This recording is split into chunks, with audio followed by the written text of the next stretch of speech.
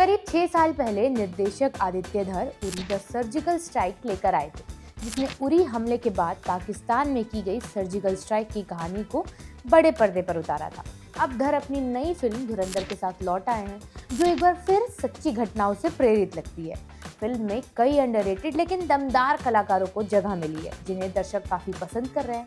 लेकिन social media पर हर film की तरह इस फिल्म का भी एक हिस्सा सबसे ज्यादा चर्चा में है, और वो है पाकिस्तान की असली जगह लियारी।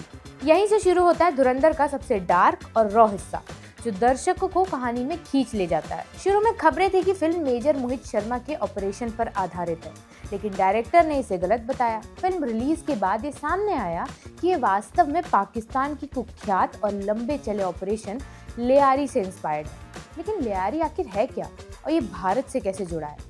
आज इस वीडियो में हम यही जानने वाले हैं। हाय, मेरा नाम है अन्नू और आप देख रहे हैं बजरबट्टू एंटरटेनमेंट पर मास्टर शॉट।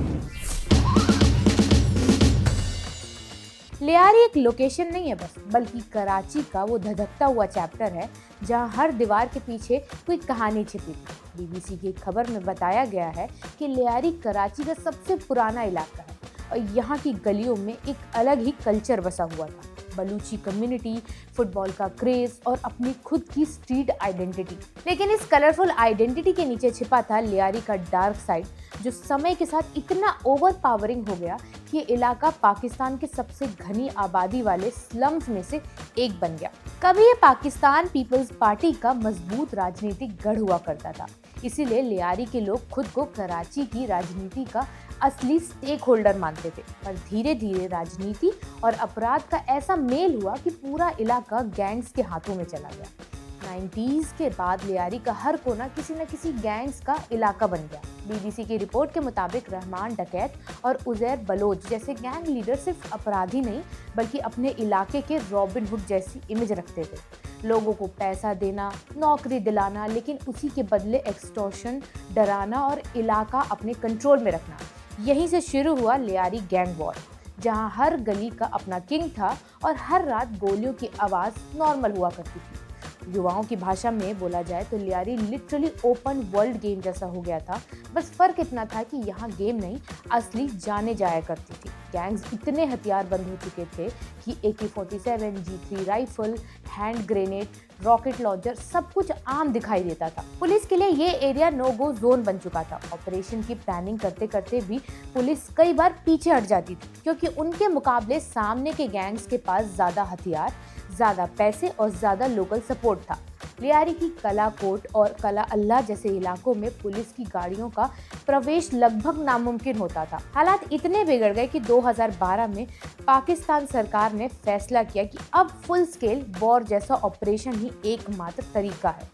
तब शुरू हुआ ऑपरेशन लियारी, जो कई महीनों तक चला। रेंजर्स और स्पेशल सिक्योरिटी यूनिट्स ने गलियों को लिटरली बैटल ग्राउंड बना दिया। लियारी की संकरी गलियों में गैंग्स ने अपनी सेफ्टी के लिए बंकर्स, अंडरग्राउंड टनल्स और छतों पर स्नाइपिंग पॉइंट्स तैयार कर रखे थे। जैसे ही पुलिस एक गली में घुसती, गैंग्स दूसरी गली से फायर खोल देते। पूरे ऑपरेशन के दौरान RPGs उड़ते थे, ग्रेनेड फटते थे और छतों से फायरिंग होती थी। कराची के लोग इसे मिनी वॉर कहते थे। यही वो दुनिया है जिसकी ग्रिटी एसेंस धुरंधर में दिखाया गया है।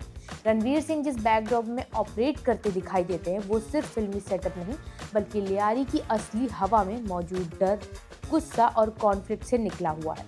युवा दर्शक इसीलिए इस हिस्से को इतना पसंद करें, क्योंकि ये टिपिकल ग्लैम बॉलीवुड वाला क्राइम नहीं है, ये रॉ रियलिटी है। कम लोग जानते हैं कि लियारी का कनेक्शन भारत से भी रहा है। Karachi being a major port smugglers का बेस बन गया था। इसी वजह से कई भारतीय और पाकिस्तानी तस्करी नेटवर्क एक दूसरे से जुड़े हुए थे। ड्रग्स, हथियार, फेक करेंसी सब कुछ इस रूट से होकर गुजरता था। भारत की सुरक्षा एजेंसियां भी लियारी के डेवलपमेंट्स पर खास नजर रखती थी, क्योंकि कई इंटरनेशनल गैंग्स भारत तक अपने लिंक्स बढ़ाने की कोशिश कर रहे थे।